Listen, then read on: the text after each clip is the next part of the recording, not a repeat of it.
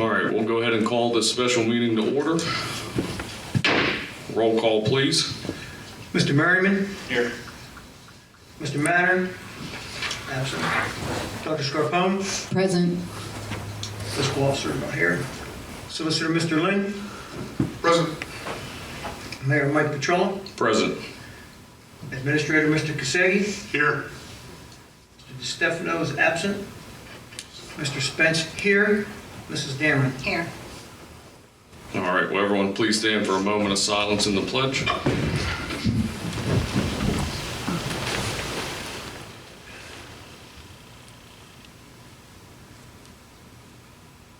I pledge allegiance to the flag of the United States of America and to the republic for which it stands, one nation, under God, indivisible, with liberty and justice for all.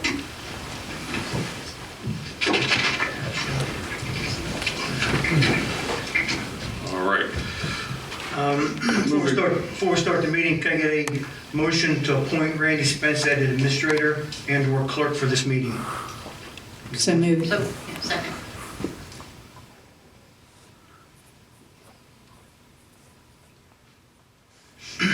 Mr. Merriman? Yeah.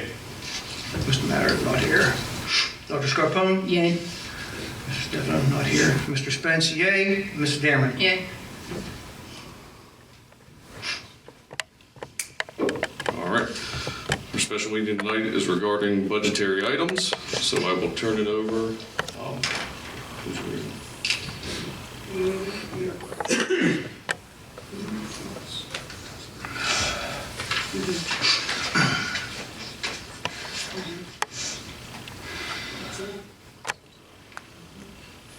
All right. Turning over the ordinances and resolutions to our solicitor.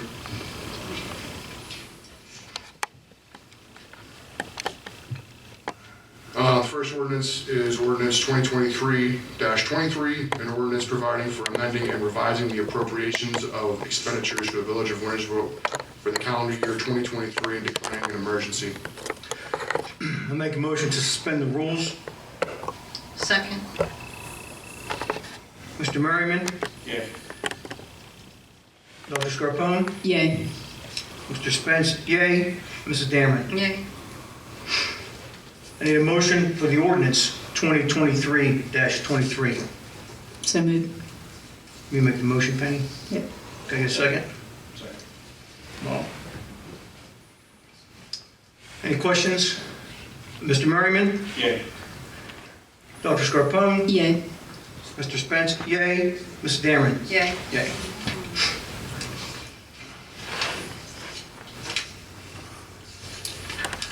The second resolution is, or the first resolution, second reading is resolution 2023-24, a resolution providing for additional estimated revenue for the village of Wintersville for the calendar year 2023 and declaring an emergency. I'll make a motion to suspend the rules. So moved. Mr. Merriman? Yeah. Dr. Scarpone? Yay. Mr. Spence, yay. Mrs. Dameron? Yay. Could I get a motion for the resolution 2023-24? So moved. Second.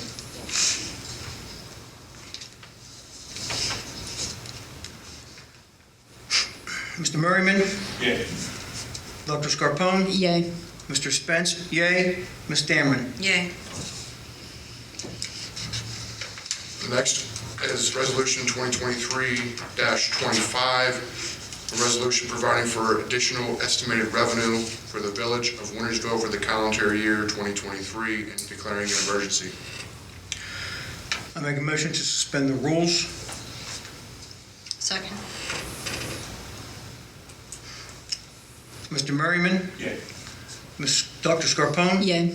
Mr. Spence, yay. Ms. Dameron? Yay. Could I get a motion for the resolution of 2023-25? So moved. Second. Any questions? Mr. Merriman? Yeah. Dr. Scarpone? Yay. Mr. Spence, yay. Mrs. Dameron? Yay. Just to be clear, for clarity purposes, when we move to suspend the rules, make sure you're saying, you move to suspend the rules requiring that each ordinance be read on 3 different dates. And when we do the motion for and just a motion to pass the resolution for ordinance. So, Okay. on resolution 2023-26, a resolution providing for additional estimated revenue for the village of Wintersville for the calendar year 2023 and declaring an emergency. Make a motion to suspend the rules for the 3 reads for Resolution 2023-26. So moved.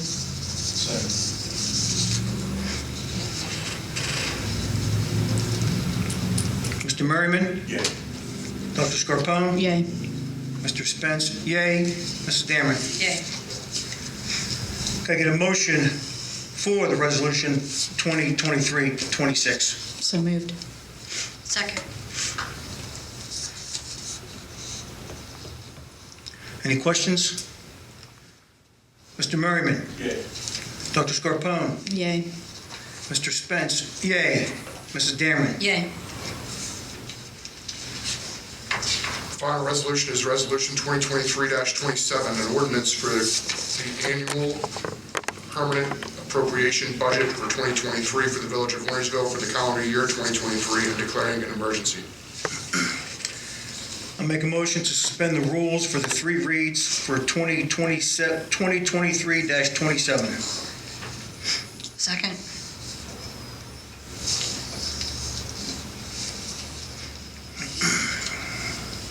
Mr. Merriman? Yay. Dr. Scarpone? Yay. Mr. Spence? Yay. Ms. Dameron? Yay. Can I get a motion to approve So moved. the Resolution 2023-27? Second. Any questions on it? Mr. Merriman? Yay. Dr. Scarpone? Yay. Mr. Spence? Yay. Ms. Dameron? Yay.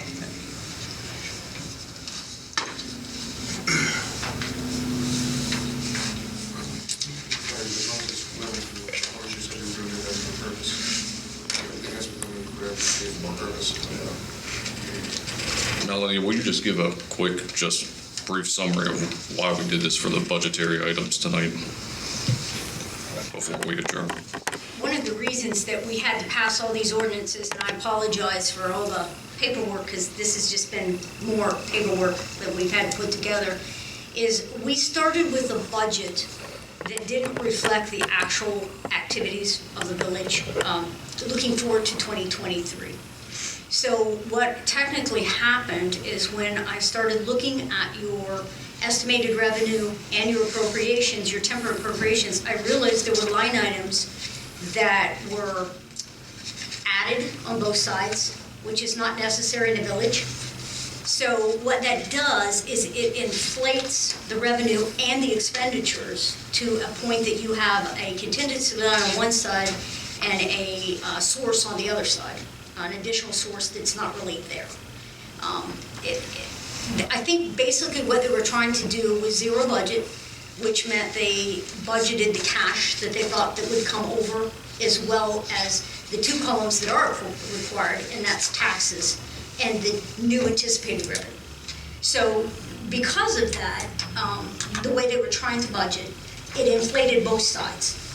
And the idea was, let's get it back to what it should be. Let's get it back to real.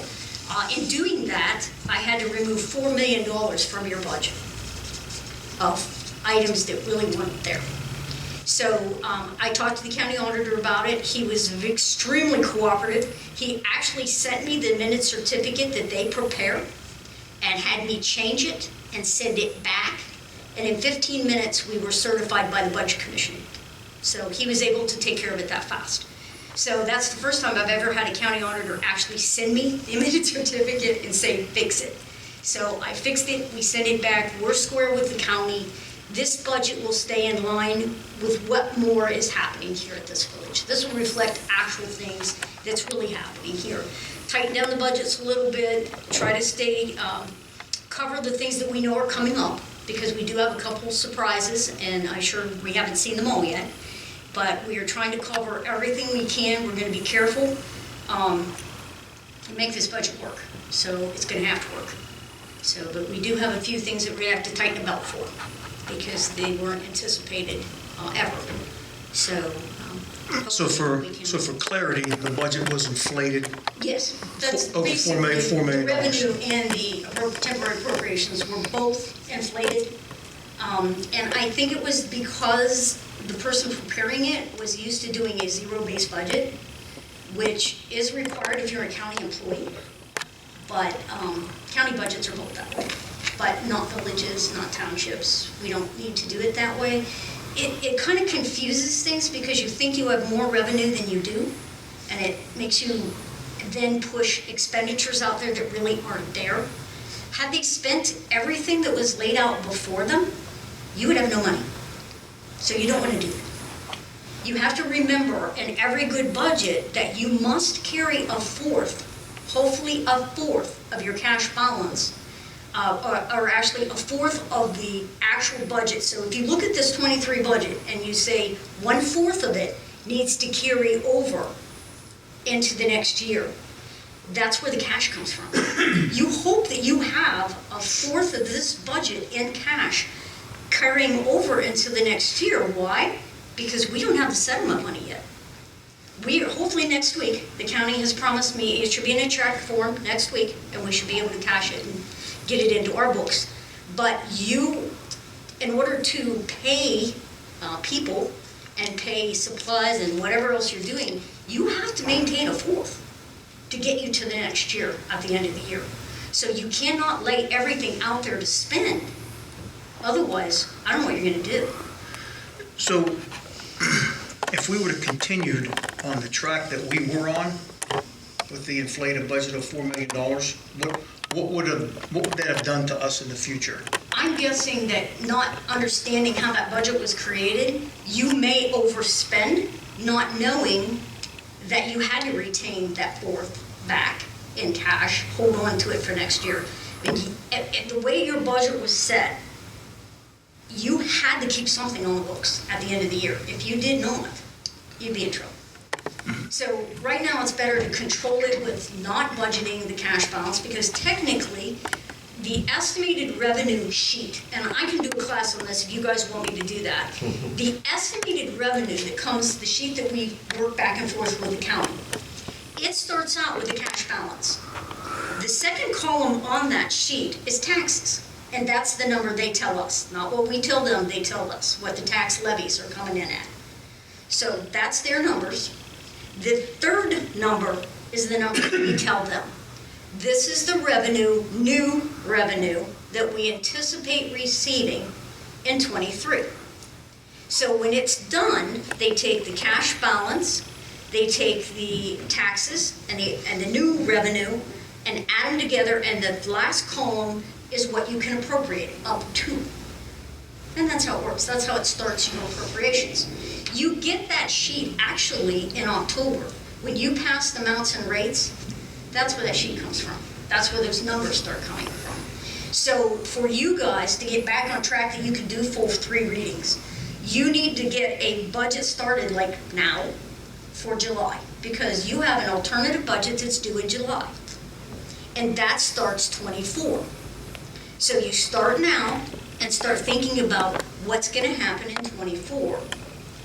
And that's when the departments come in, that's when the officials come in, and everybody starts to talk about the wish list and whether there'll be raises or not. Because if you wait till December to decide about a raise, how am I gonna get that in the budget in July? So those kind of things need to be decided. Now, can the alternative budget be tweaked? Yes, all the way up to December, they will let you tweak the alternative budget. The county is very nice about that. They'll say yes, because how did you know back in July everything? You won't. So by December, they expect you to have it tweaked and back over to them with the right version. But that's what starts the temporary appropriations. So the budget you lay out there, you're not supposed in the temporary appropriations to appropriate everything, because the settlement's not going to be here for 4 months. There's things that won't be here. So you can't lay the whole budget out there because the money's not there to cover it. So you usually, depending on the line item, you put a fourth out there or maybe a little bit more, but you don't put the whole amount. Now, insurance, if it's due January the 5th, then yes, you have to put the whole amount on the temporary budget. You don't have a choice, because you gotta pay it. So you will know what items you have to have at 100% right off the bat, and which ones you don't. That just comes from practice, knowing your budget and knowing it well. I think your biggest problem that I can see was a communication breakdown between the gentleman that was preparing the budget and how it was getting posted. Because the communication seemed to be missing every once in a while, because things weren't posted to where I think it was anticipated it would pay out of. They weren't always on track together, which happens sometimes. Normally, the fiscal officer prepares the budget with the assistance of everyone in this village. So all the department heads, all of the elected officials, all the administrators have to come together to prepare this budget. And if it's not prepared that way, you usually run into situations like this. So, but like I said, if you guys want to go through a class on budgets, and I can actually even hand you a handout, I just went through a whole day of budget law, budgets and budget law with the state auditor's office yesterday. I spent the whole day listening to it. So I can actually walk it through with you. I can give you the handouts. I can show you how to watch the video, because it's actually at a video with the state auditor's office. Just laid it up there yesterday. So if you want to know anything about budgets, that's the video to watch, because it tells you everything from step one to the end of, and whose responsibility is what. So there are rules, and people are supposed to do certain things, and it tells you those certain things. So, but getting this back on track is going to make it easier, I think, for you guys to understand and everyone else to understand, because those contingency lines or those padded lines are gone. Thank you. Thank you, Melanie. Before we adjourn, I do have to address something. I was looking this up while we were sitting here. I believe to suspend the rules requiring 3 readings, we need to have a vote of 3/4 of the members, which we don't have present here. This is under 73117, passage of ordinances and resolutions. Each ordinance shall be read on 3 different days, provided the legislative authority may dispense with this rule by a vote of 3/4 of its members. We only have 4/6 here, we don't have 3/4, 4.5.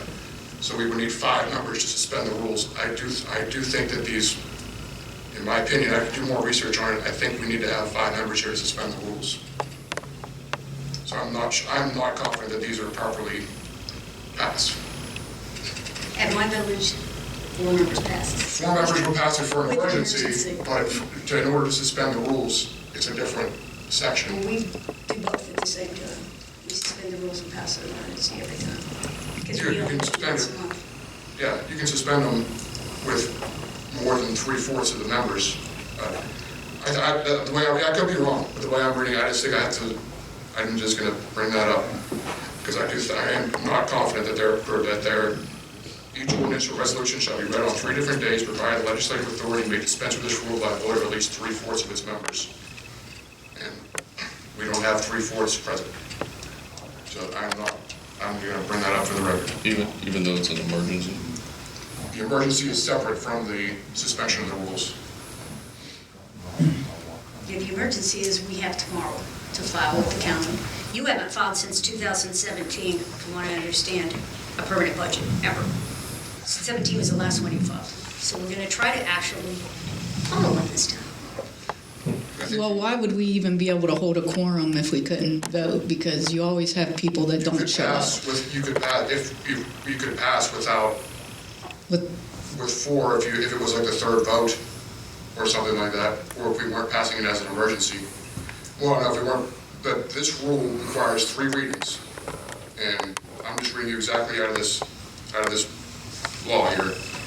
Each ordinance or resolution shall be read on 3 different days, provided legislative authority may dispense with this rule by a vote of at least 3/4 of its members. Now, there could be case law that says that 4 out of 6 is that, but I wasn't aware we weren't going to have a quorum. I mean, we weren't going to have at least 5 here tonight, so I did not research to see if there's any case law that would be contradictory to that has changed this. But I just feel as for form, I had to raise this. So what are our steps now then? I think they could count as first reads, and you could also go, and this is just my opinion, you could choose to disregard it. Melanie says that, you know, they do other villages where they don't follow this. So I have to voice what my opinion is on it. And that's my opinion, it's not binding, I'm not in charge of you guys are, that's my opinion. As it stands, I will do research to check it. So you'll do research and check it, and as it stands right now, we will pass it unless we hear something different from you? Is that, Yeah, you can do it, yeah, you can do it that way, and then I can give you what my final opinion is on it. Yep, and then they might be properly passed if there's some sort of case law that alters this section, this ORC section. Or it interprets it that way. and being that she has to have these in by tomorrow, correct? The permanent, yeah. The that's what permanent? we do.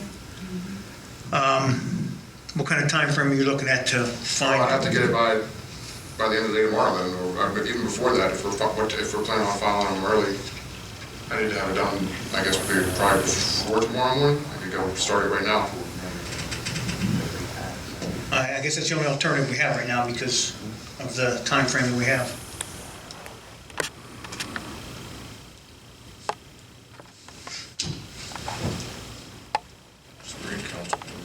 So in the future, you want to start this early? And then wait till next. Yeah, this is a. Well, in the you know, future, you want to have a fiscal officer that does the job correctly. Exactly, So right. you definitely need to start these early. We know it's, the time crunch that we're in, but